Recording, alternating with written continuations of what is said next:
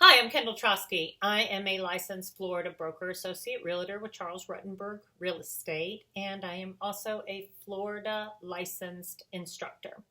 Today, I'd like to educate you a little bit about property fraud. Property fraud is the illegal actions of an individual to obtain title to a property. And this can be gained and done in several different ways, which we will discuss.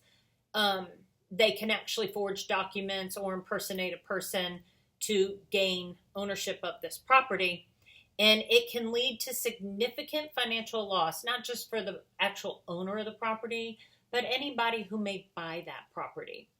So let's first understand property fraud, which is, as we said, an illegal activity where individuals deceive others to gain ownership or financial benefit from real estate. One way they do this is through identity theft. So if somebody's identity has been compromised, you might want to check on any properties you own and ensure that title has not been transferred. They can do this through bogus rentals. They can pose as landlords. So if you're looking to rent a property, you're going to want to be positive that the person you're renting it from is the person that owns the property or who has hired somebody to rent it for them. It can also occur through forged documents, using, those fake documents to register property transfers or mortgages. That does occur. So we need to understand the risks and vulnerabilities of this. And first one is unregistered properties. Register it. Land registry, be sure that property is registered. The second one is empty properties. You've inherited a home. You're going through probate. You can't sell it yet. Or there's more than one heir and it's not ready to be sold yet. Or you don't know what to do with it, or you don't want to sell it yet. That property is sitting vacant, and if it is found to be vacant, it is vulnerable to theft. Owners living abroad. I've seen this happen before. People own property here that don't live here. They may use it once in a while when they come into town, but they're not really keeping an eye on it. They don't rent it out. That's very vulnerable to theft. So if you know somebody living abroad or you live abroad and you have property in another country, be sure that there is somebody keeping tabs on it, or you yourself checks on the title on a regular basis. And I'll talk about a minute how you can set up for fraud alerts, which will help. And of course, the last one is identity theft. If your identity has been compromised, then you definitely could be at risk, and you are going to want to check and be sure that nothing has happened to any properties. Let's talk a little bit about preventative measures. I just spoke about one. I know here in Hillsborough County, we have fraud alerts on our Hillsborough Clerk of Court website.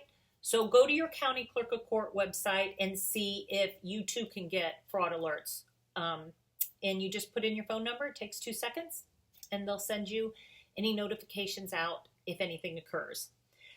You definitely, I already said it, register the property.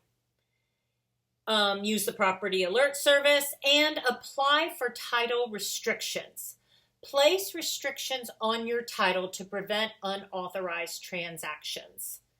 Go to your property appraiser's office.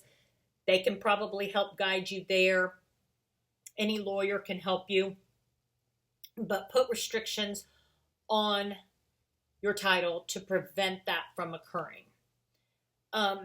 Monitor your property. I just said that when you live abroad. Keep an eye on it. I pull mine up like every month just for giggles. So you might want to do that. Just keep an eye on it and be sure that the title didn't change on your property. Because better safe than sorry, right? If you do suspect fraud, you want to, number one, contact the land registry. Number two, notify the police. File a report to the document, fraudulent document. get that filed immediately. And of course, seek legal action. Consult with the legal professionals for the guidance of how to proceed if somebody has fraudulently acquired your property or sold you a property fraudulently. And I had that happen last year after the hurricanes. I got a phone call from a gentleman down in Placida, Florida, which I do frequent, so I'm not sure how he obtained my information, but he wanted me to sell his property after the hurricanes hit. And something didn't feel right about it. So I did a little research, which takes nothing. Go on the property appraiser's office, verify the names match the title, go to the clerk of court, see if any documents have been filed. And when I did so, I found a different name than his. So I did a little more research and uncovered a phone number of an owner that actually lived in New York. And I called them.